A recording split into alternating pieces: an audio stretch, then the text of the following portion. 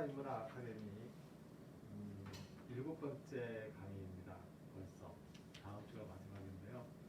오늘은 제주에서 함께 산다는 것은 이라는 제목으로 이야기를 좀 나눠보려고 합니다. 따온 거죠. 제목을 이 책에서 따왔습니다.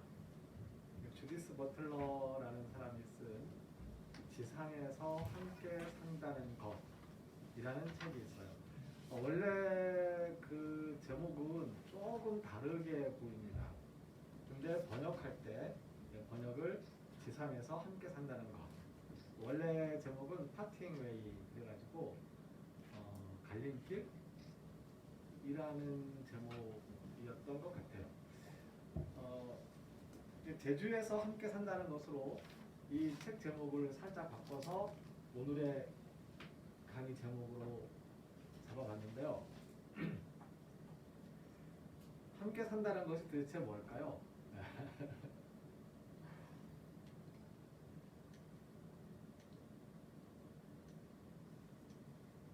함께 산다는 것이 도대체 뭘 의미하는 것일까? 일단 함께라는 말을 생각하면 개별자들이 만났다는 이야기가 되겠죠. 단독자들. 그러면 하나의 개별자와 하나의 개별자, 인디비주얼과 인디비주얼이 만나고 같이 있다는 의미가 함께의 의미예요. 그러면 어떤 일이 벌어질까요? 그러니까 그 한 사람이 있는데 이 한 사람과 내가 아닌 또 다른 사람이 이렇게 만났어요. 그러면 어떤 일이 벌어질까요? 한번 상상을 해보세요. 내가 한 사람만 있어. 근데 또 한 사람이 등장을 했어요. 그럼 어떤 일이 벌어질까요? 어떤 일? 예. 뭔가 혼자 못했던 일이나 혼자서는 생기지 않았던 일들이 생길 것 같습니다. 예, 혼자 못했던 일들. 혼자 못했던 일이 발생할 거라는 것에 대해서는 어떤 그 긍정적인 희망의 기대가 있는 거예요? 네. 그렇죠. 예, 그런 의미로 지금 말씀하신 것 같아요. 예. 또 어때서요? 저기 뒤에 계신 분은? 예. 한 사람, 또 한 사람, 두 사람이 만났어요. 어떤 일이 벌어질 것 같아요? 상상을 해보면. 의사소통? 네. 의사소통 한번 이제 그 상상해서 어떤 대화가 오갈 것 같은지 한번 얘기해 보세요. 어디에 사세요? 그 다음은 여기에 삽니다. 제가 어렸을 때 흥얼거렸던 노래가 하나 있는데요. 양희은이 부른 한 사람이라는 노래예요. 제가 노래를 못 부릅니다. 가사만. 한 사람 여기 또 그 곁에 둘이 서로 바라보며 웃네. 웃을 것 같다는 얘기죠. 네. 먼 훗날 위해 내미는 손, 둘이 서로 마주 잡고 웃네. 손을 마주 잡을 것 같아요. 희망적인 기대를 가지고 있다는 거죠. 한 사람 곁에 또 한 사람이 있으면 둘이 좋아하는 일이 벌어질 것 같아. 얼마나 이게 낭만적이고 희망적인 이야기이겠습니까? 그런데 정말 그럴까요? 둘이 만나면 그 뭔가 희망적이고 좋은 일이 막 발생을 할까요? 내가 아닌 다른 사람이 나타나면 그 고민을 우리가 한번 짚어봤으면 좋겠어요. 네. 정말 그럴까? 정말 둘이 만나면 좋기만 할까? 이게 네. 그러니까 함께 산다는 것이 가지고 있는 문제가 있어요. 어떤 문제냐면 끝까지 갈 수 있겠느냐는 거예요. 좋아하는 상태로 끝까지 갈 수 있을까? 가족이라면 혹시 좋아하는 상태로 끝까지 갈 수 있지 않을까? 라는 생각을 할 수도 있겠지만 좋아요. 그러면은 가족이 끝까지 간다고 생각을 해봅시다. 물론 우여곡절이 있겠죠. 예. 좋은 일도 있고 뭐 다투기도 하고 우여곡절이 있겠지만 끝까지 갈 것 같다. 그러면 가족이 끝까지 가는 것은 그것을 가능하게 하는 조건은 도대체 무엇일까요?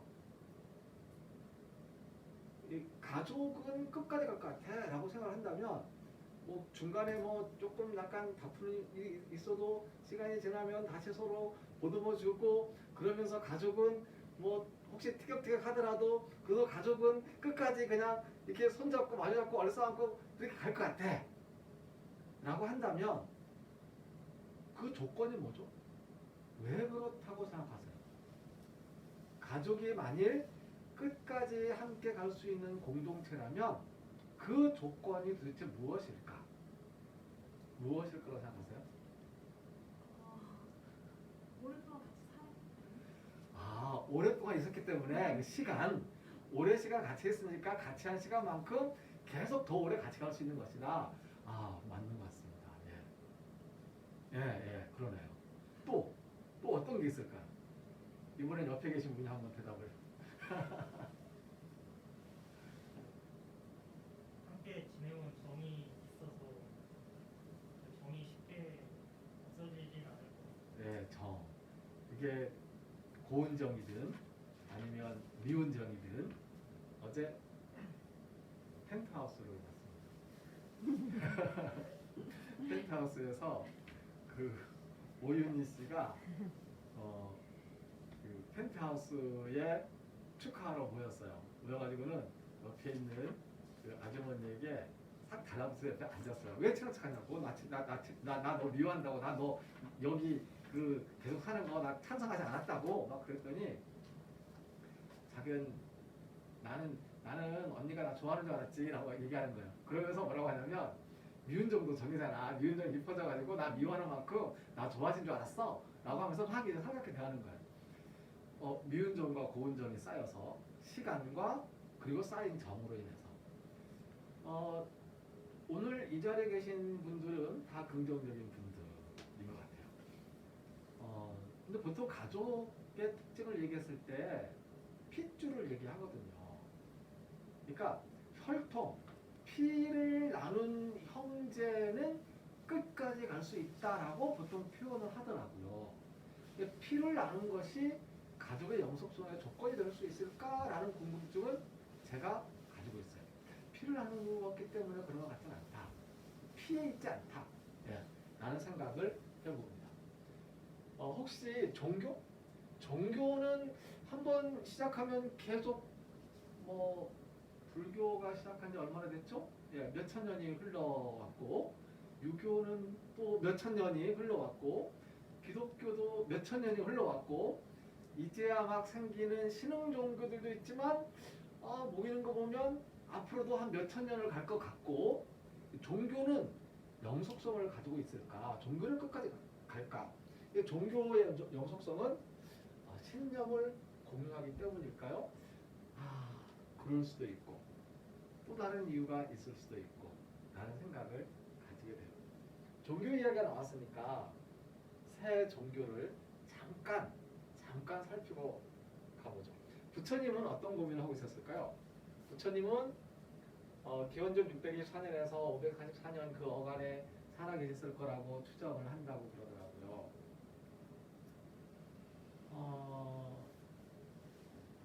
이게요 재미있는 게 그 세계 종교라고 할 수 있는 보편성을 획득했다고 스스로 이 주장하는 또 그걸 뒷받침할 만큼 세계 각 지역에 흩어져서 신도를 확보한 그런 종교들 중에서 1000년 이상 된, 한 2000년 이상 된 종교를 가지고 한번 얘기를 해본다면 물론 요 외에도 따로 있습니다만은 유태교는 그 유태인이라는 이 조건이 있기 때문에 이 제외해두고 그걸 제외해두고 얘기한다면 민족을 달리하면서 지역을 달리하면서 그 종교의 영속성을 끌어왔던 그 종교들이 있는데 그 종교들이 불교와 유교와 기독교라고 했을 때 이 종교들의 첫 번째 출발 지점이 될 수 있는 그 종교적인 사상가들 공자님, 부처님, 예수님 이분들이 종교적인 고민을 하면서 사람들에게 뭔가 하고 싶은 이야기가 막 끌어오르고 이 자기의 어떤 구상을 펼치는 그 시점이 언제였냐면요. 공통점이 있어요. 인도에서, 중국에서, 그리고 중근동에서 어떤 공통점이 있었을까요? 이 세 종교의 진원의 그 시기, 출발 시점이 갖고 있는 공통점이 혹시 뭐라고 생각하세요? 뭐일 것 같아요?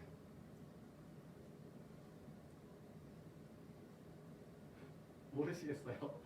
뭐일 것 같아요? 한번.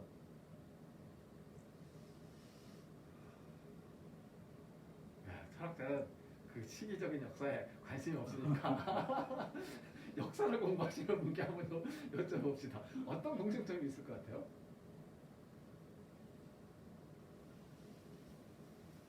이게 제국이 출발하던 시기들입니다. 중국이 이렇게 흩어져 있는 국가들이 제국이 되려고 용을 쓰면서 서로 정복을 하고 전쟁을 하던 시기예요. 부처님도 마찬가지예요. 네, 중국인 경우 그렇고요. 부처님이 말씀을 시작했던 그 시기도 제국이 되려고 인도가 이제 제국으로 확장되는 점점 소국가들이 먹혀 들어가고 전쟁에서 부처님이 왕자님이잖아요. 한 국가의 왕자님인데 보니까 점점 밑에서부터 이 정복을 하고 점점 확장을 하고 내가 있는 이 나라까지 부처님이 살던 나라가 무슨 나라인가? 네. 그 나라까지 막 오고 있는 거예요. 좀 있으면 우리나라도 곧 먹힐 것 같아. 그러면 여기에서 이 전쟁의 와중에 사람들에 대한 고민을 시작을 하는 거죠. 네. 사람이 왜 전쟁하면서 사람에 대해서 어떤 그 희망을 버리게 되는 그런 상황들에서 사람에게서 희망을 가지려면 도대체 어떤 삶을 구상해야 될까라는 고민들을 하신 거예요. 공자님 얘기로 잠깐 좀 들어세보면 한 사람 옆에 또 한 사람이 있으면 그게 사람 인자 옆에 두 인자잖아요. 네. 한 사람 옆에 한 사람이 있어요. 또 한 사람이 나타나면 두 사람이 된 거예요. 그래서 사람인변에 두 인자를 딱 넣으면 뜻이 혹시 뭐죠? 어질 인자 맞나요? 근데 어질다는 게 하나 앞선 단계가 있어요. 그러니까 최종적으로 사람인 변에 두 이자를 써서 어질인이지만 그건 최종적인 것이고요. 그 어질의 그 전 단계가 있죠. 그게 뭔지 혹시 진배해 가시나요? 불편함이에요. 엘리베이터 타보셨죠? 엘리베이터를 딱 누르고 탔어요. 그리고는 막 문이 닫히는 순간 엘리베이터 문이 딱 열리면서 또 한 사람이 탔어요. 어때요? 편안하십니까? 어때요? 누구세요? 하고 인사할만 하세요? 어때요?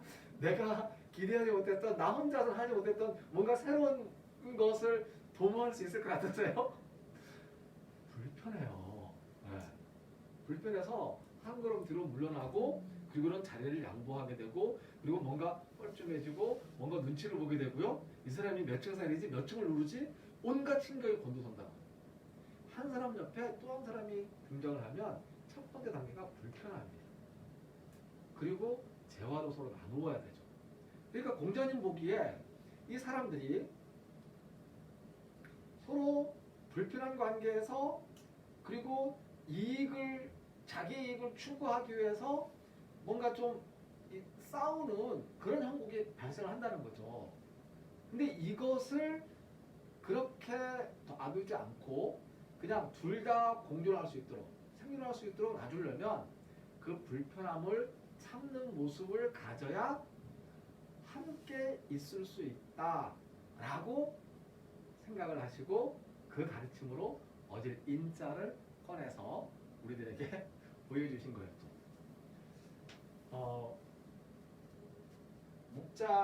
목자님께서 하시는 말씀을 가만히 들어보면요, 요 이야기를 조금 다시 되짚어 볼 수 있어요. 도대체 끝까지 갈 수 있었던 이유가, 끝까지 갈 수 있다면 그 이유가, 그것이 가족이라면 종교라면 끝까지 갈 수 있는 그 이유가, 그 조건이 도대체 무엇일까? 묵자는 그렇게 갈 수 있으려면 함께 가는 사람의 숫자가 10,000명이면 안 된다는 거예요. 함께 가는 사람의 숫자가 50만 명이면 안 된다는 거예요. 그래서 함께 가는 사람의 숫자가 한 100명, 300명, 500명, 50명 정도면 족하다는 거예요. 그래서 소규모의 종교적인 생활 공동체, 그러면 완전히 평등한 상태에서, 그리고 서로 싸우더라도 금방 이거를 풀 수 있는 장치가 마련될 수 있는 그런 상황이 될 수 있다고 해서 소규모 공동체를 이야기합니다. 맹자는 이거는 사람들이 사는 모습이 다 이게 싸우고 있으니까 함께 살아갈 수 없는 모습들이에요. 그래서 맹자는 어떻게 함께 살아갈 수 있는 방법을 강구하죠? 야, 너 원래 그런 놈 아니잖아. 너 착한 애야. 그러니 네 속에 있는 착한 애를 막 꺼내봐. 우리 한번 꺼내볼까? 루소가 이야기했던 나 혼자만 있을 때는 편안했잖아. 나 혼자 있을 때 편안하고 불편하지 않고 불만이 없고 만족스러웠던 그 상태를 상상하고 그것을 좋은 마음이라고 생각해서 그걸 한번 모아보자. 맹자의 말씀하고 같은 얘기예요. 순자 선생님께서 보기에는 아니야. 원래 그게 사람들이 계속 악한 모습을 보이고 서로 만나면 함께하지 못하고 싸우고 자기의 것을 쟁취하고 자기의 것을 이제 취하기 위해서 서로 것을 빼앗게 되니까 함께 살려고 한다면, 야, 그래도 사람인데 착한 척이라도 좀 해야 되지 않겠냐? 라고 해서 위, 선을 이야기하는 거죠. 참 이 얘기를 동양시작 하신 분들이 계신 앞에서 얘기하려니까 참 쑥스러워 죽겠습니다. 한비자는 이게 장치가 필요해. 장치가 아무래도 안 되겠어. 장치를 만들자. 그리고는 사람들이 함께 살 수 있는 최소한의 그 규칙들을 장치로 만들어서 그 장치에 의해서 사람들의 삶을 규제하자. 그게 법이죠. 그게 법을 이야기하게 됩니다. 예수님의 고민은 뭐 제가 더 이야기를 안 할 생각인데, 이걸 꺼냈던 이유도 제가 이제 여기 이 나이가 이상해요. 이상하죠. 생애가 BC 264에서 AD 31 무슨 소리야? 원래 이제 기독교에서 예수의 출생과 죽음을 AD 1년에서 뭐 AD 31년, 33년까지로 보거든요. 근데 제가 이제 BC 264를 적은 이유가 이 BC 264가 이때에 로마가 제국으로 이제 발전하기 시작하는, 태동하기 시작하는 그때예요. 로마가 인근 지역으로 확장하기 위해서 전쟁을 벌이기 시작했던 그 시기가 바로 이 BC 260년대 이때입니다. 그때 이후로 로마는 계속 확장을 해나가요. 그러니까 인도든 중국이든 그리고 유럽이든 제국의 확장과 함께 인간의 삶에 대해서 함께 살아가는 모습에 대한 고민들을 시작하였었다라는 이야기를 드리고 싶었던 거예요. 지상에서 함께 산다는 것, 아까 처음에 책으로 이제 들어서 소개를 해드렸었는데요. 지상에서 함께 산다는 거, 이 책이죠. 이 책입니다. 여기에 적혀있는 글자가 원래 제목이에요. 그게 Parting Ways, Jewishniss and the Critique of Zionism 라고 되어 있습니다. 그러니까 유대성, 유대인의 성격, 유대성이라는 것과 시오니즘에 대한 비판이라는 제목으로 책을 썼는데 주디스 버틀러는 유태인입니다. 유대인이에요. 유태인이에요. 근데 이 유태인이 이스라엘 국적을 가지고 있지 않습니다. 이스라엘 국적을 가지기를 원하지 않습니다. 그러면서 이스라엘을 바라보는데 이스라엘에서 살고 있는 사람들이 어떻게 함께 살아갈 수 있을까라는 고민을 하고 있는 거예요. 그래서 이 책을 이해하기 위해서 이스라엘이라는 이 주디스 버틀러가 지상에서 함께 산다는 것을 고민하고 그 고민을 주저리 이렇게 두껍게 펼쳐놓은 그 배경으로서의 이스라엘이라는 국가가 있는 그 동네 이야기를 좀 옛날부터 시작해서 살펴보려고 합니다. 예. 서로 다른 삶의 방식이 있습니다. 보통 히브리 족속과 가나안 족속이라고 이야기를 하는데 히브리 족속 사람들은 떠돌아다니면서 일거리를 찾는 사람들이에요.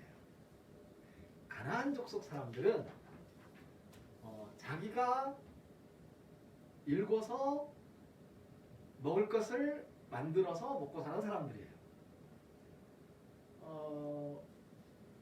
히브리라는 말은 핫비루라는 말에서 오는데요. 이 핫비루라는 말이 무슨 뜻이냐면 제주도 말로 우리말로 높입니다. 높. 밑강 탈 때 높이렁 밑강 타잖아요. 예. 귤밭에서 일할 때 높이로 사잖아요. 높. 높이에요. 높. 이 높이라는 말은 표준어로 바꾸면 뭐가 될까요? 제주어 높을 표준어로 바꾸면 서울말로 바꾸면 뭐예요? 용역. 용역이죠. 용역. 예. 핫비루가 용역이라는 뜻이에요. 그러니까 이 어디에 내 일이 없어. 내가 하는 일은 없어요. 내가 하는 일은. 근데 어디에 일이 있다 그러면 가요. 그리고 거기서 일을 하고 먹을 것을 받고 그걸 먹고 사는 사람들이에요. 근데 이 핫비루들이 가다가 가나안에 잠시 머무르게 되죠. 잠시 머물러요. 그리고 또 떠날 거예요. 근데 이 창세기라는 성경에 나오는 또는 이스라엘의 고대 역사에 나오는 그 역사책들이 여러 개 있습니다. 예, 거기 나오는 아브라함의 이야기에서 이 아브라함의 여정은 이 동네 가서 살다가 또 저 동네 가서 살고 떠돌아다니는 거예요. 원래 그 원주민들이 있는 거죠. 이주민인 거예요. 핫비루는. 예. 이주민의 정체성을 가지고 이제 살 곳을 찾아다니는 사람들이에요. 모세는요, 좀 이따가 나오겠지만 이 모세는 애굽에 있다가 출애굽을 한 사람이죠. 이게 애굽에 어떤 일이 있었습니까? 이집트에 성을 쌓고요. 이집트에 피라밋을 축조하고요. 이 건설 노동자들이 필요한 거잖아요. 그래서 이집트 바깥에서 이집트로 일하러 들어오는 사람들이 막 생기는 거예요. 그러니까 일거리가 있으면 먹고 살잖아요. 제주도의 사람들이 한동안 많이 들어왔는데 왜 들어왔어요? 일거리가 있었거든요. 어떤 일거리? 도로를 뺐죠. 아파트를 지었죠. 빌라를 지었죠. 타운하우스를 지었죠. 계속 지었죠. 건축 일들이 있는 거예요. 그러면 사람들이 들어와요. 그래서 건축, 제 친구도 인테리어 공사하는 친구 한 명 있는데 그 친구가 제주도에 와서 저 모르는 사이에 한 10년 살았더라고요. 10년 만에 만났어요. 만나가지고는 제주 사람이 아니에요. 야 만나 반갑다 그랬는데 재작년에 만나고 반갑다 그러면서 막 이제 밥 먹고 막 그랬는데 작년에 떠났어요. 부산 가 있어요. 예. 왜냐하면 제주도에 이제 일거리가 없대요. 부산 가서 이제 먹고 사는 거예요. 그러니까 이렇게 일거리를 찾아다니는 사람들. 애국까지 간 거죠. 이집트까지. 그리고 거기에서 근데 이게 노동이라는 게 처음에는 계약에 의해서 노동이 이루어지지만 시작되잖아요.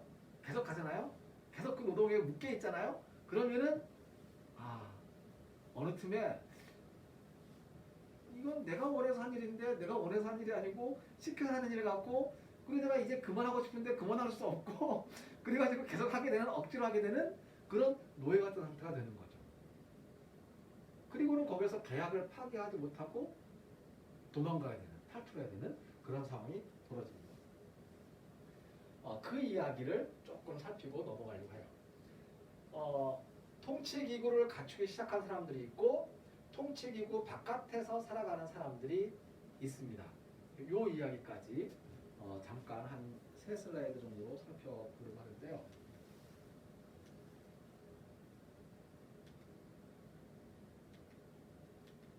예. 그러니까 이스라엘과 유다는 좀 달라요. 그러니까 아브라함의 이야기가 있고 아브라함의 아들이라고 하는 이삭과 이스마엘 이야기가 시작되죠. 아브라함, 이삭, 야곱으로 내려오면서 이스라엘이다, 유대인이다 라고 이야기하거든요. 그러니까 이스마엘 또는 야곱의 다른 아들들 이야기하면서 이제 뭐 이렇게 얘기해요. 보통은 이삭의 후예를 유대인, 이스마엘의 후예를 아랍인이라고 이야기를 합니다. 마호메트 이슬람 종교에서도 아브라함까지 가요. 네. 아브라함으로 가고 이스마엘로 가고 그리고 이제 쭉 건너오면서 이제 마호메트를 이야기합니다. 유태교에서는 아브라함에서 이스마엘이 아니고 이삭으로 내려와가지고 야곱으로 가가지고 쭉 내려와서 뭐 다윗 뭐를 쭉 내려오면서 이제 얘기를 하는 거죠. 이스마엘은 이삭의 형이에요. 한 12살에서 20살 정도 차이 나는 형이에요.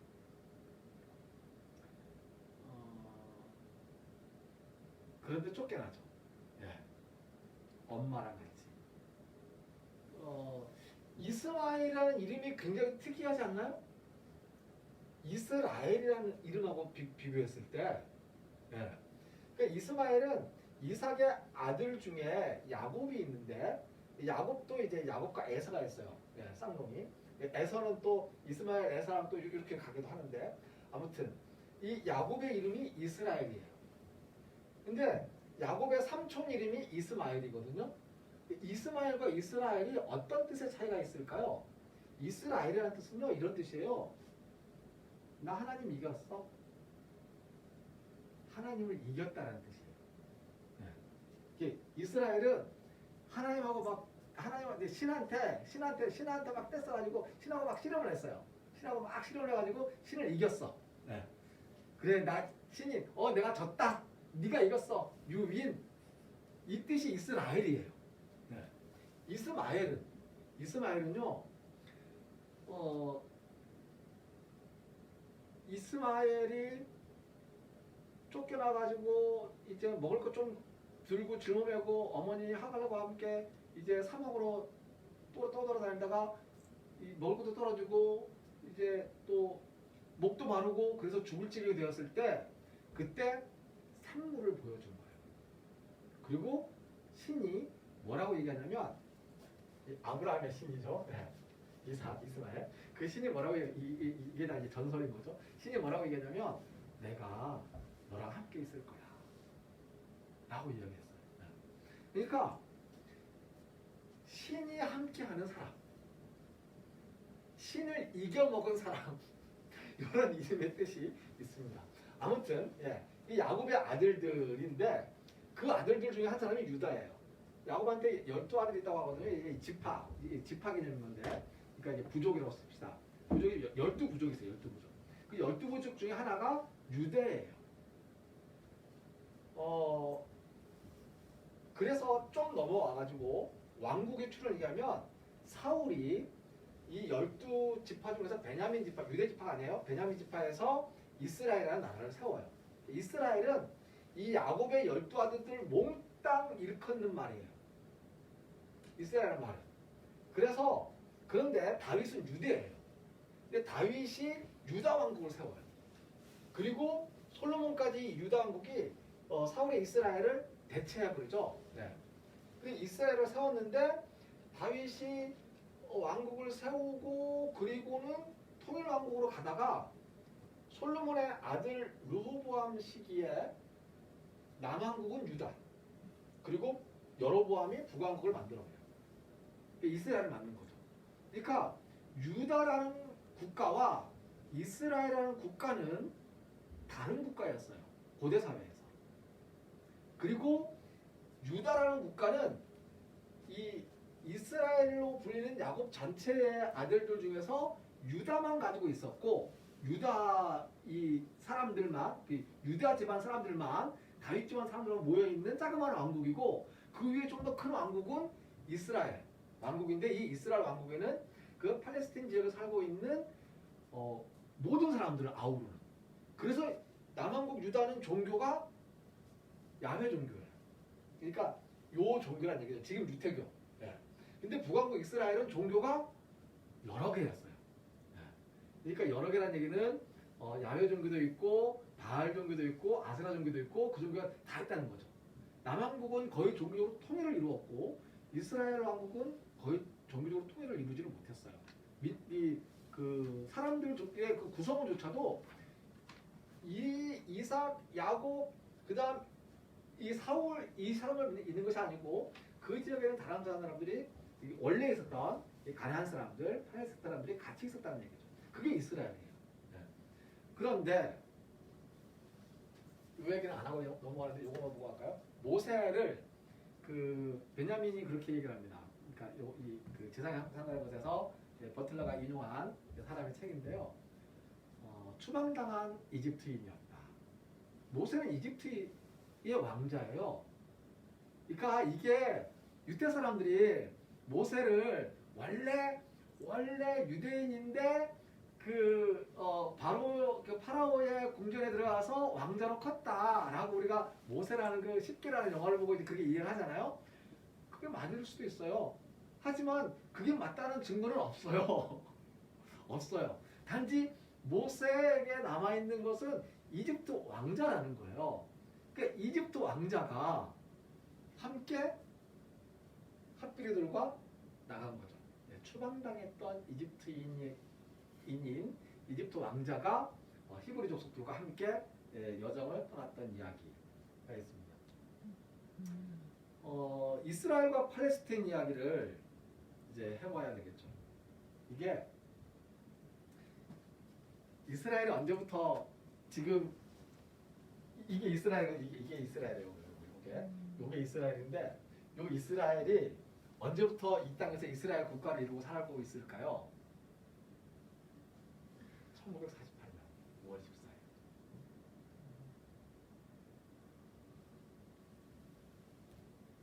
1948년 5월 14일이에요. 100년 안 됐어요. 100년 안 됐어요. 독립이라고 얘기할 수 없어요, 이거. 이거 독립 아니에요. 우리나라는, 대한민국은 조선, 대한제국, 그리고 일제식민지, 그리고 독립 해봐. 이게 연결이 되는데, 이동에는 그게 연결이 안 된다고. 네. 왜냐? 1948년 전에, 그러면은 1차 대전이 일어나기 전에는, 2차 대전이 일어나기 전에는 이스라엘이 있었냐고요? 없었어요. 언제부터 없었는지 잠깐 볼까요? 넘어가가지고 아까 어디 갔어요? 예. BC 587년에 유다가 멸망을 합니다. 좀 그 전에 이스라엘은 BC 722년에 멸망해요. 2000년 전에 없어진 국가들이에요. 2000년 전에 없어진 국가들이라고. 2500년 전에 없어진 국가들이에요. 이 국가들이. 그때 멸망한 이후에 국가가 없었어요. 물론 그 후에 간헐적으로 우리가 유대 왕국을 세웠어. 나 다윗 왕의 후손이야 라고 하면서 왕조를 세운 사람들이 있었지만 100년을 못 가요. 한 90년, 70년, 100년 못 가고 사라져요. 또 한참 있다가 또 100년 못 사라져요. 이게 마지막 100년 못 가고 사라진 게 한 1000년? 예. 그러니까 서기 AD 한 1100년인가 그거가 아니었어요. 그걸로 치더라도 1000년 전 얘기예요. 그러니까 이스라엘은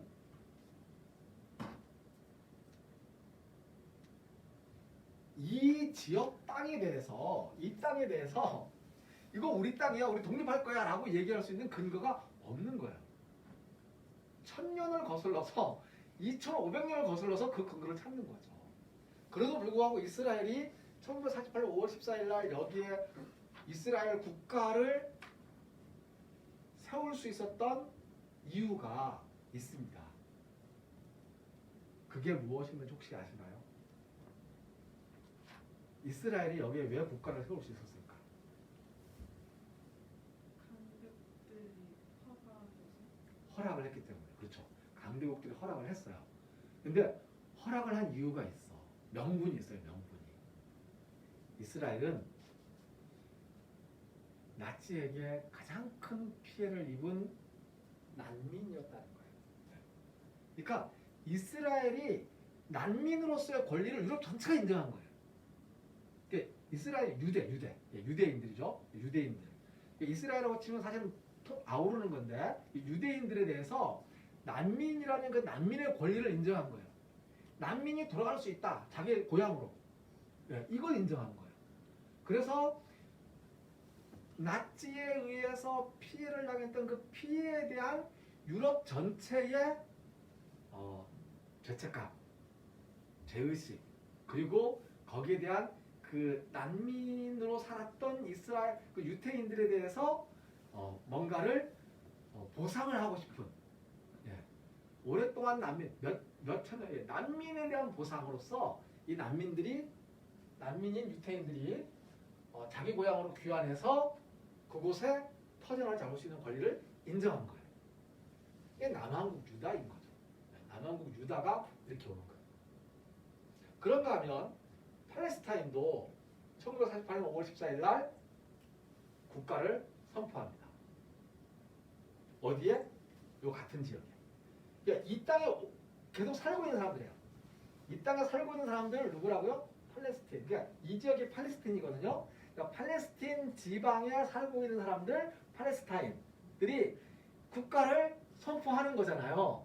근데 동시에 유럽 사회에서 유태 난민들에 대한 귀환권을 인정하면서 그들이 자기네 고향 가가지고 국가를 세우는 걸 허락한 거예요. 그러니까 한 지역을 놓고 유태인들과 그 지역에 살고 있는 팔레스타인들이 한꺼번에 국가 선언을 하는 거죠. 그리고는 전쟁이 벌어지는 거야, 이 안에서. 그래서 결국 요 부분이 팔레스틴 사람들이 살고 있고, 요 부분에 팔레스틴 사람들이 살고 있고, 그리고 나머지 부분은 유태인들이 살고 있는 거죠. 그런데 이 팔레스틴이라는 국가는 따져보면 국왕국 이스라엘을 계승한다라고 저는 보고 있어요. 왜냐하면 국왕국 이스라엘의 구성, 그 인구 구성이 그렇다고요. 이게 어떤 일이 벌어지냐면요. 아까 좀 전으로 들어가서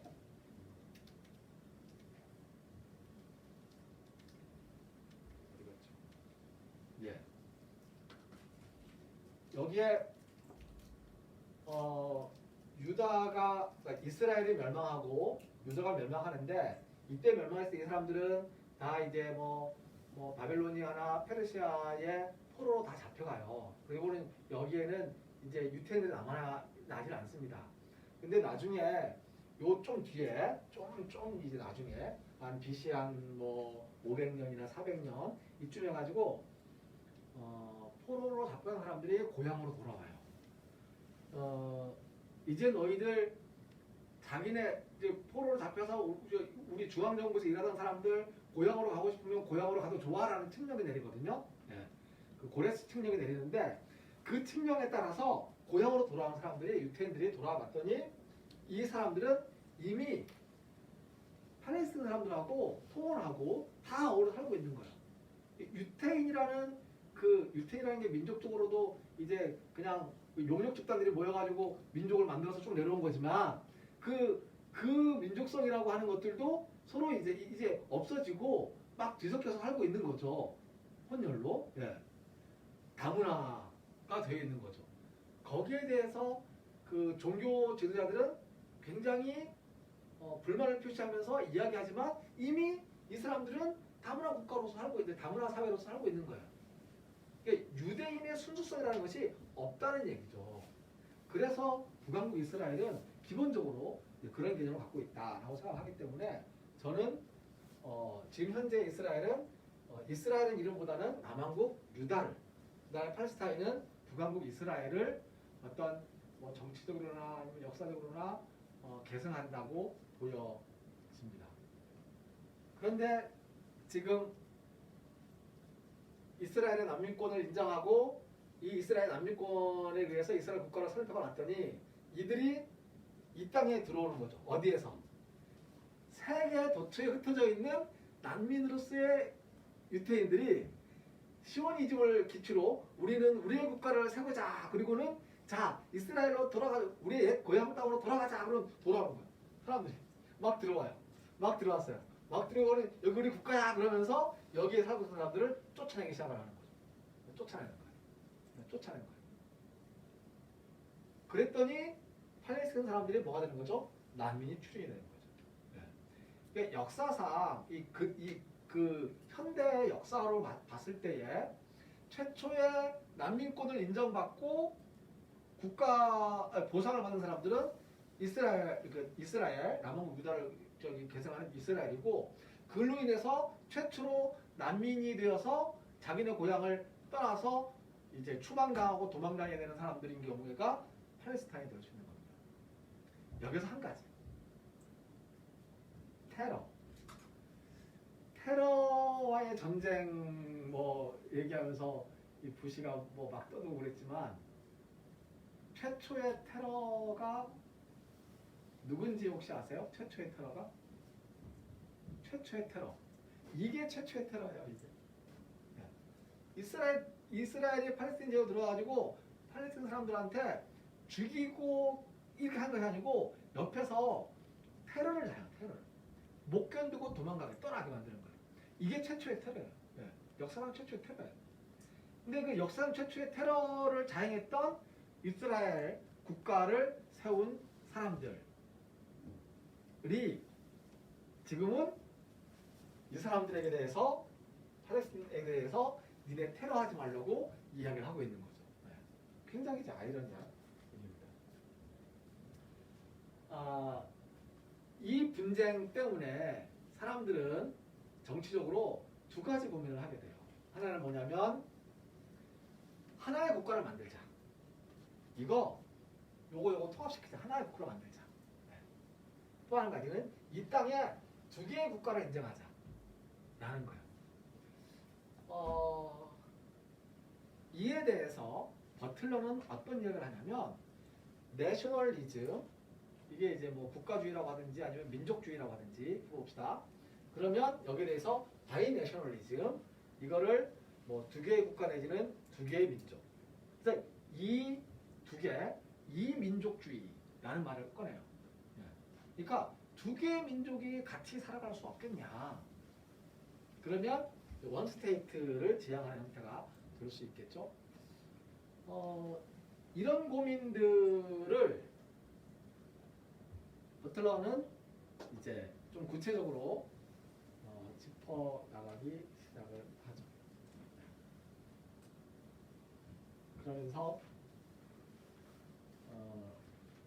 가능성을 검토하는 것에서부터 시작하지 말고 불가능한 것이 뭔지를 짚어보자 라고 이야기를 해요. 그리고 그 불가능한 것들을 한번 상상해보자. 한 사람과 또 옆에 또 한 사람이 만나면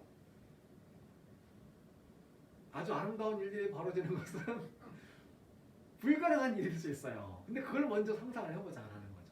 그거 상상하지 않고 우리가 이스라엘 국가 폭력에 대해서 유대적으로 비판을 해보자. 이스라엘이 국가 폭력을 이거 국가 폭력이거든요. 그러니까 국가 폭력이라는 말로 나왔을 때 어떤 게 나오냐면 그 지난번에 두 번째 강의였나요? 고성만 선생님께서 대만 228 사건에 대해서 말씀해 주셨잖아요. 근데 그 대만 228 사건을 얘기했을 때가 이게 대만이라는 섬에 사람들 살고 있어요. 그런데 갑자기 중국 본토에서 국민당이 우르르 내려와가지고 여기 우리 국가 하겠다는 거죠. 그리고는 이것에 대해서 저항하는 대만 사람들을 죽이기 시작한 거잖아요. 이게 국가 폭력이죠. 진압하기 시작한 거. 이스라엘 국가 폭력이라는 얘기는 이스라엘 국가를 설립하면서 그 지역에 살고 있는 사람들 누구였었죠? 팔레스타인 사람들, 원주민들을 추방하고 테러하고 그들의 권리를 빼앗고 하는 과정에서 생기는 국가 폭력에 대해서 유대 랍비들의 가르침을 가지고 그건 잘못된 거야. 유대인은 그렇게 하면 안 돼. 라고 비판할 수 있다는 얘기죠. 그것도 가능한 일이고. 평등, 정의, 동거의 원칙에 대한 아까 말했던 이 유대적인 출처들을 이야기할 수 있지 않겠냐? 그리고 비유대적인 출처도 우리가 꺼낼 수 있다. 라고 이야기하면서 에드워드 사이드를 끄집어냅니다. 에드워드 사이드는 팔레스타인의 사상가인데요. 이 사람이 팔레스타인에서 태어났어요. 언제? 1932년에. 그렇다면 1948년 이스라엘에 건국되기 전이죠. 예. 그때 태어나가지고 뭐 여기저기 공부를 하고 다니면서 해가지고 이 문학가인데요. 예. 영문학자예요. 예. 이름이 에드워드 사이드잖아요. 원래 이 사람이 어느 나라 사람일 것 같아요? 에드워드 사이드 그러면 유럽 어느 동네 사람일 것 같습니까? 이 사람 원래 영국 출신이에요. 아버지들이 조상은 영국인데 팔레스타인이 영국령이 되거든요. 이 팔레스타인 영국령 시절에 거기에서 이제 지냈죠. 그리고 나서는 팔레스타인을 자기의 조국이라고 생각을 하고 팔레스타인의 독립을 위해서 이스라엘 국가 폭력에 대한 고발을 하면서 팔레스타인 사람으로 계속해서 살아가다가 죽은 사상가예요. 그 다음에 레비나스라는 사람이 있는데 이 사람은 유대인 랍비예요. 그래서 버틀러는 이 팔레스타인 사상가인 사이드의 이야기들과 유대인 랍비인 레비나스의 이야기들을 가지고 평등, 정의, 동거의 원칙들을 세워나가려고 이 긴 글을 쓰고 있어요. 이 사람들. 출발은 레비나스에서 시작해가지고요.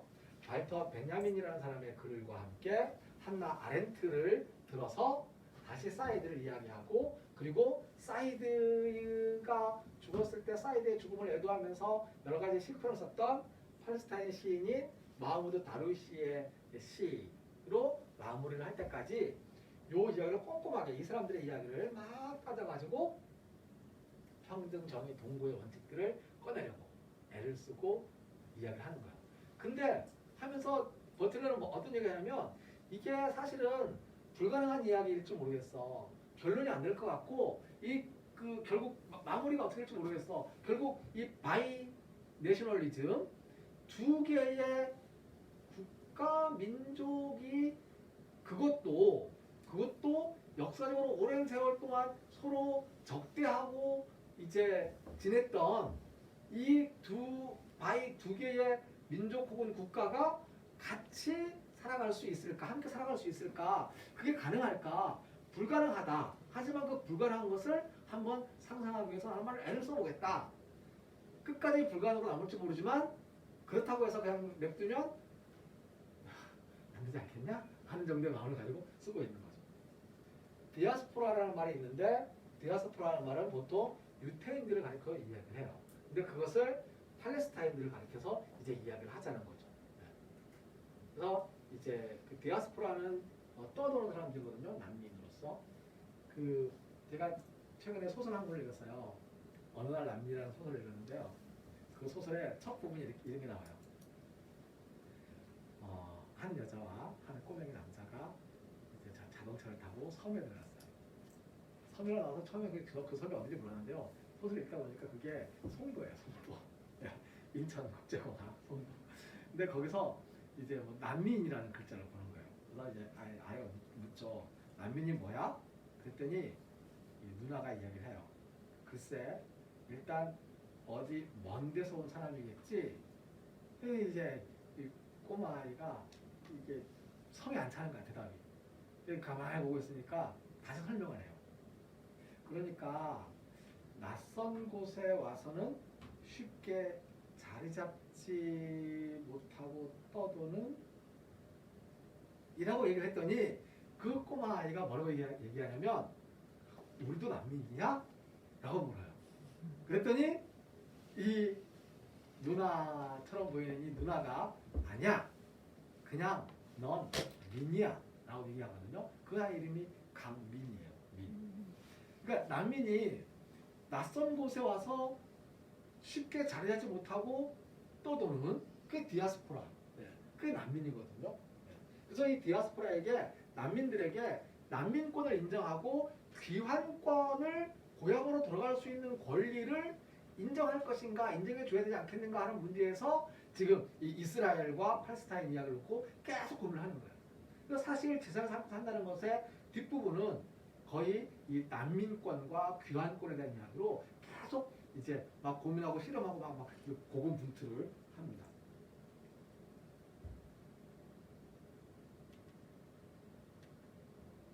불가능한 것을 상상하는 일. 버틀러가 지금 해보겠다는 거죠. 이거 바이 내셔널리즘. 이건 불가능한 이상이다. 실천하는 것도 불가능할지 모르겠다. 하지만 여기에 대해서 요구도 하지 않고 생각도 하지 않는다면 선택지는 하나밖에 없다. 폭력의 악순환. 그러니까 폭력의 악순환이라는 선택지만 있는 상황에서 우리가 이 불가능한 것을 상상해야 되지 않겠냐? 라는 이야기인 거죠. 지구에서 누구와 함께 살지를 선택할 수 없는 사람들. 사실은 그렇지 않냐. 선택해서 내가 살고 사는 건 아니고. 그래서 이것을 뭐라고 하냐면 구성적 부자유라고 표현해요. 버틀러의 표현에 하면.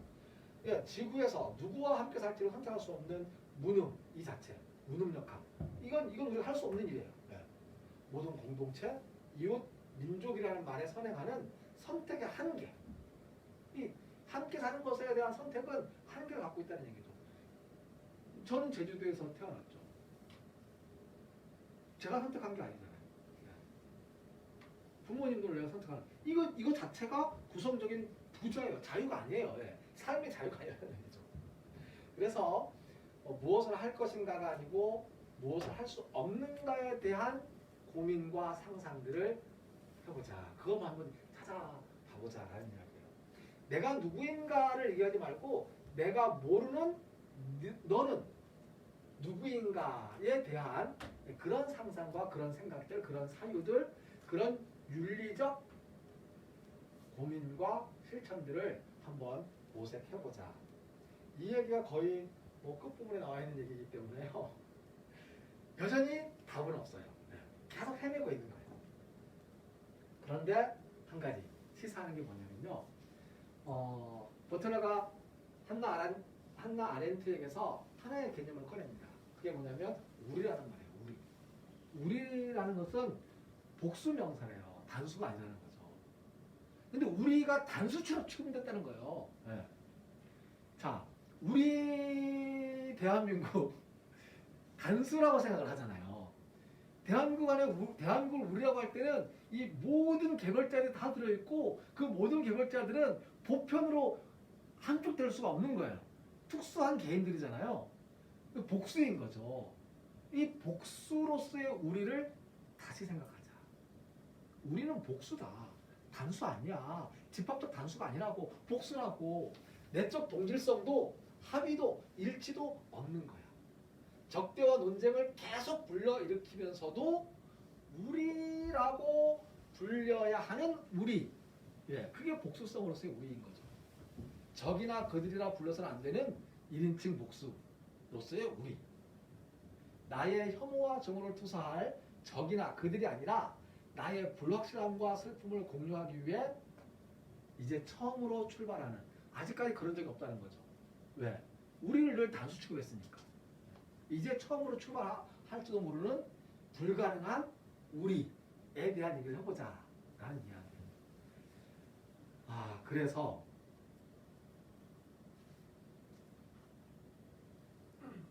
제주에서 함께 산다는 것은? 이라는 고민을 우리의 부자유한 구성에서부터 한번 짚어보고 싶다. 짚어보면 좋겠다. 짚어봅시다. 라고 말씀을 드리고 싶어요. 제주에서 함께 살고 있는 우리는 구체적으로 누구일까요? 일단 나는 있으니까 나는 놔두고, 그럼 내가 모르고 있는 우리 안에 있는 너 혹은 또 다른 나는 누구일까요? 생각해 봅시다. 제주에 누가 있어요? 제주에 누가 있어요? 내가 모르는 누가 있어요?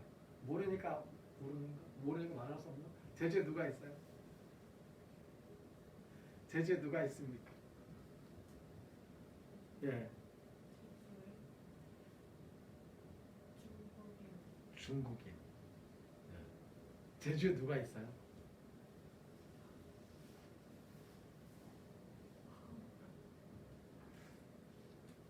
제주에 누가 있습니까? 제주에 누가 살고 있어요? 가족? 내가 아는 나 말고 내가 모르는 누가 있어요? 제주에. 제주도민.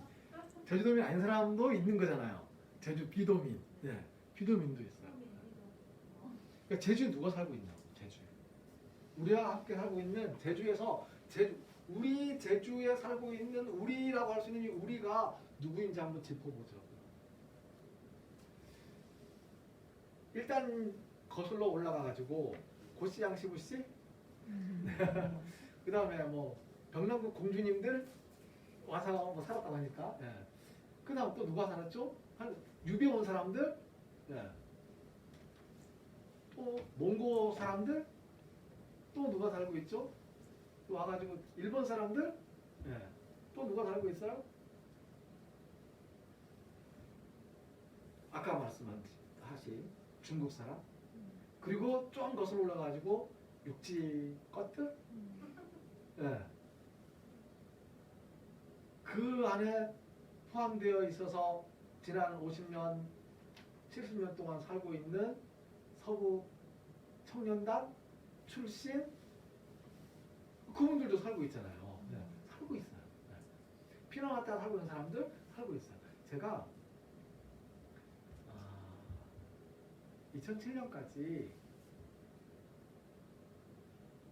기독교 교회의 목사였어요. 제가 서귀포에서 목사를 하고 있을 때 자그마한 교회가 있었거든요. 교인이 몇 명이냐면 한 20명 정도예요. 근데 그 20명 정도 되는 교인들 중에 제주도가 고향의 사람은 저 혼자, 충청도가 고향의 사람이 한 몇 사람, 강원도가 고향의 사람이 한 몇 사람, 그리고 경상도가 고향의 사람 몇 사람, 전라도가 고향의 사람 한 몇몇 사람, 경기도가 고향, 전국 각지에 있는 사람들이 서귀포에서 저보다 더 먼저 서귀포에 살고 있다가 저보고 와가지고 자기는 목사하라고 해가지고 갔었던 거거든요.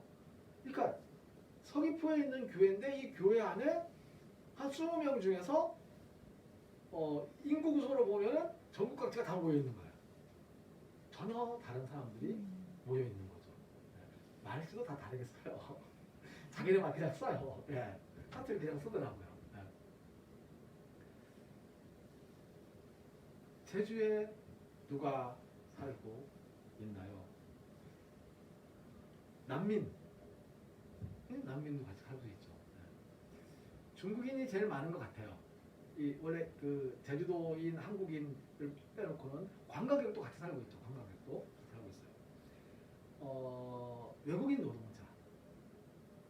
노동자 지금 제주도에서 2019년도를 기준으로 해가지고 경제 활동을 하고 있는 사람의 숫자가 통계로 잡혔을 때 실제로는 더 많겠지만 통계상의 수치로 경제 활동하는 인구가 37만 9천 명이에요. 제주도 인구 한 60만 중에서 밑에 이제 공부하는 사람 빼고 경제 활동 인구가 한 37만 9천, 38만 이렇게 되는데 그 경제 활동 인구 37만 9천, 38만 중에서 외국인 노동자들 합법적으로 등록해서 노동을 하고 있는 외국인 노동자들이 10% 정도 돼요. 9.68%. 36,681명이라고 기록되어 있더라고요. 그리고 말고 플러스 말고 그 포함해요. 플러스 말고 체류 기간이 경과해서 사실상 괄호 열고 불법 괄호 닫고 체류 중인 외국인 노동자들이 4.14%. 15,696명이라고 기록되어 있었어요. 통계에서요. 그러면 한 13%, 15% 정도 얼추 잡아서 15% 정도가 경조활동 인구 중에 외국인이라는 거예요. 적은 숫자 아니에요. 함께 살아가고 있는 겁니다. 지금 우리가.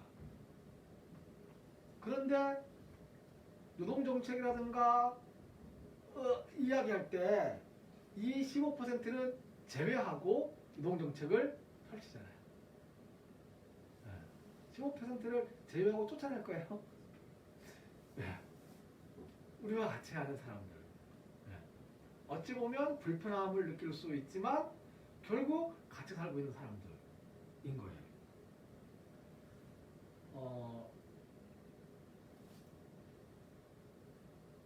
제주에서 함께 살고 있는 우리는 구체적으로 누구인가? 라는 질문을 저는 그런 사람들을 한번 끄집어서 보고 싶다는 생각을 해요.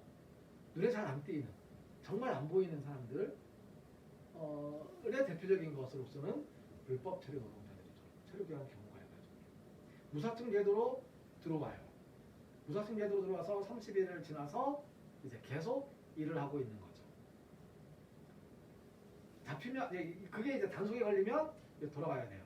거의 매주 목요일 날 중국 시안으로 가는 항공편에 중국인 체류 경과자로서 제주에서 노동을 하면서 경제 활동에 이제 힘을 보태서 같이 이 경제 활동을 하던 이 사람들이 돌아가고 있습니다. 왜 중국 시안이냐면 중국 시안에 지금 중국 전체의 코로나 자가격리를 거기에서 하거든요. 그러니까 외국에서 들어오는 모든 중국인들은 일단 시안에 모였다가 그 다음에 이제 격리 기간이 끝나면 자기네 고향으로 다시 이제 돌아가는 그런 형태를 취하더라고요. 그 사람들은 돌아가고 싶지 않은 사람이에요. 제주에 살고 싶은 사람들이에요. 제주에 살면서 제주에서 일하고 싶은 사람들이에요. 근데 어쩌다가 단속에 걸리면 돌아가게 되는 거죠. 단속에 왜 걸릴까요? 단속에 왜 걸리냐면 보통인 경우에는요. 그러니까 고용주가 있고 고용된 노동자가 되잖아요. 그럼 이 사업장에서 고객들을 만날 거 아니에요. 이 고객들이 고용주하고 사장님하고 다툼이 생기면 고발을 해요. 그러면 단속이 돼요. 그러니까 그런 일들이 더 많죠. 적극적으로 단속하지 않습니다. 지금. 적극적으로 찾아다니면서 막 단속하지 않아요. 그게 지침이 없어요. 지금. 그 다음에 한 가지 더. 만약에 외국인 노동자인데 성폭력을 당했어요. 그러면 외국인 노동자니까 참아야 될까요? 불법 체류니까 체류 경과자니까 내가 이거 고발하고 신고하면 나 잡혀갈 텐데 노 아니에요. 경찰에 신고하면 돼요. 경찰에 신고하면 경찰에 출동해가지고 성폭력 가해자를 잡아가요. 그리고 피해자를 보호하기 위한 조치를 취해요. 하지만 출입국 외국인 청에는 신고하지 않습니다. 않게 돼 있어요. 그렇게 일단 정리가 돼 있어요. 그래서 성폭력이든 성추행이든 아니면 어떤 이제 노동에 있어서의 부당함이든 이런 것에 있어서의 구제 신청을 할 수 있어요. 근데 이제 잘 안 하고 있죠. 잘 모르기도 하고 널리 알려주시면 고맙겠습니다. 소설 이야기를 잠깐만 더 하고 마무리로 넘어가 볼게요. 어느 날 난민이라는 소설책을 보면 이 짝으로 설정된 인물이 있어요. 부부처럼 짝으로 설정된 인물들이 있는데요. 굉장히 이질적인 조합을 이루고 있습니다. 아까 얘기했던 여자와 남자는 누나와 동생인데 이름이 해나예요. 해나와 미는 누나와 동생인가 싶었는데 미혼모와 출생 등록되지 못한 아들이에요. 진 소장과 김주임은 과거 대학 동아리 선후배지만 후배가 상사가 되어 있는 상황이에요. 위구르족의 신분을 위장하기 위해 한족 여인과 결혼을 선택해서 부부가 되었다가 신분이 들통나가지고 한국으로 난민 신청하고 도망온 부부가 있어요. 동성애자인 남자 경찰과 그리고 남자라면 신물이 나는 해나가 함께 동거를 해요. 그러니까 이런 이질적인 사람들이 함께 동거하는 모습을 어느 날 난민에서는 보여주고 있습니다. 소설에서. 네.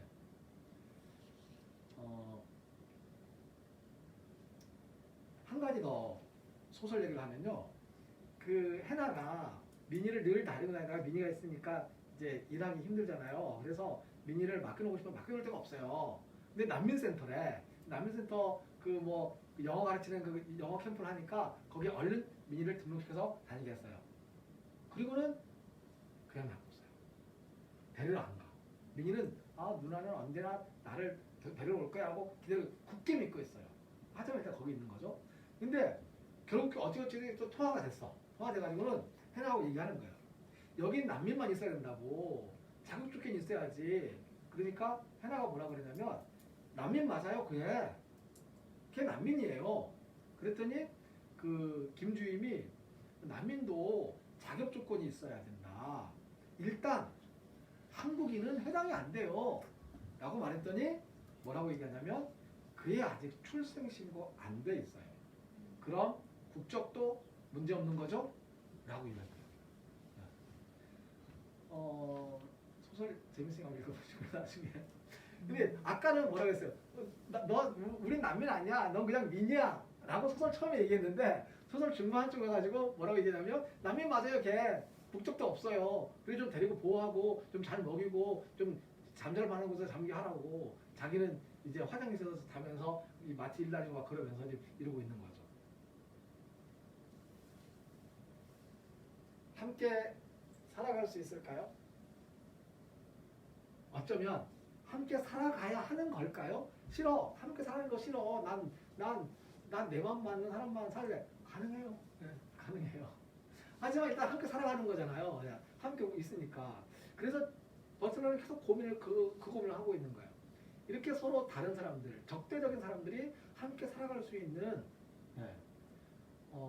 예멘 난민들이 처음 왔을 때 그 야만인을 기다림이라는 존 쿠시의 소설에 등장하는 그 성에서 저 밖에 있는 사람들 다 야만인들이고 그 야만인들이 이렇게 생각하고 우리한테 우리를 공격하고 우리가 그들 앞에서 뭐 꼼짝도 못할 거라고 그래서 조심해야 된다고 하면서 막 벌벌 떨면서 두려움에 떨던 예멘 사람들 들어온다고 그러니까 예멘 사람들은 뭐 폭력적이고 뭐 칼 들고 이슬람들하고 하고 그리고 일부 다치되니까 뭐 자기 부인 있음에도 불구하고 마음에 드는 여자 있으면은 부인 삼으려고 이제 막 그 성폭행해가지고 부인 삼고 막 그럴 거라고 이제 막 부풀려서 상상하면서 두려움에 떨던 그런 적대를 감정을 가지고 있는 사람들을 할지라도 함께 살아가는 구성 속에서 우리 아까 얘기했던 그 부자유한 구성의 이론으로서 우리라는 거죠. 네. 그 우리로서 어떻게 살아갈 수 있을까라는 거죠. 이질적인 정체성들이 함께 살아간다는 것. 어떻게 살아가는 것인지 상상을 할 수 있을까요? 제주도 사람들이 어떻게 살았는지 한번 보려고 해요. 이건 제주도 사람들의 얘기가 이쪽에 제주도 말로 그냥 편하게 하려고 이 얘기를 꺼낸 건데 아까 말씀드렸던 가족이 오래가는 이유가 오랜 시간 같이 있었기 때문에 정이 들었기 때문에 미운 점을 포함해서 도트멍 트드멍 도트멍 트드멍 드르쌈 네불멍 드루쿠멍 사람 심은 사라 질건디사 몰르쿠다 라고 이야기할 수 있지 않을까라는 생각이 듭니다. 도트멍 트드멍 싸우면서 다투면서 드르쌈 네불멍 서로를 인정하고 내버려 두면서 드루쿠멍 사람 시민 그렇게 품고 살아가다 보면 살아질건디사 살아갈 수 있을지도 모르겠습니다. 이 중에서 가장 중요한 게 어느 걸까요? 도트멍 트드멍 드르쌈 네불멍 드루쿠멍 사람 시민 이 세 개 중에서 중요한 건 무엇일까요? 저는 이 중에서 중요한 게 요거라고 생각을 해요. 도트멍 트드멍. 사실 버틀러가 지상에서 함께 산다는 것에서 지상에서 함께 사는 방법으로 이야기한 것이 그거였어요. 적대와 논쟁을 피할 수 없는, 적대와 논쟁을 통해서 살아가야 하는 도트멍 트드멍. 버틀러하고 같이 논쟁하고 이야기를 나누고 그 다음에 토론에 적극적으로 같이 참여하는 사람들 중에 지젝이라는 사람도 있고 라클라우라는 사람도 있는데 그 라클라우가 이야기하고 있는 핵심 개념도 바로 적대가 어떻게 민주주의적 실천을 통해서 이제 계속 굴러가고 함께 살 수 있을 것인가 라는 거거든요. 그래서 사실 함께 살아간다는 것은 화해를 이야기하는 것이 아니고요. 싸움을 이야기하는 거예요. 싸우게 그냥 싸우게. 싸우면서. 여기까지가 제가 오늘 드리고 싶었던 말씀이고요. 혹시 이 이야기들에 덧붙여서 저에게 가르침을 주시고 싶은 말씀이거나 아니면 이 쭉 진행된 이야기 중에 내용이나 아니면 또 다른 문제 제기가 있으시면 질문해 주시면 고맙겠습니다. 질문 있으세요? 네. 싸우면서 다투면서 살아가는 것이 함께 산다는 거라고 하셨는데 잘 싸우는 게 중요한 게 아닐까요? 그냥 폭력적인 방식으로 다하는 거. 그렇죠. 네. 근데 그게 어떻게 이루어질 수 있을까요? 그걸 라클라우는 뭐라고 얘기하냐면 그게 민주주의라고 얘기해요. 민주주의는 그 싸움의 장치들을 만들어내는 것. 싸움이 논쟁, 그게 이제 폭력이 아니고 그 싸움이 서로 노출돼 가지고 이제 이 논의되는 그런 활발한 싸움을 가능하게 하는 장치가 민주주의다. 그걸 이제 급진 민주주의 기획이라는 말로 이제 표현을 하거든요.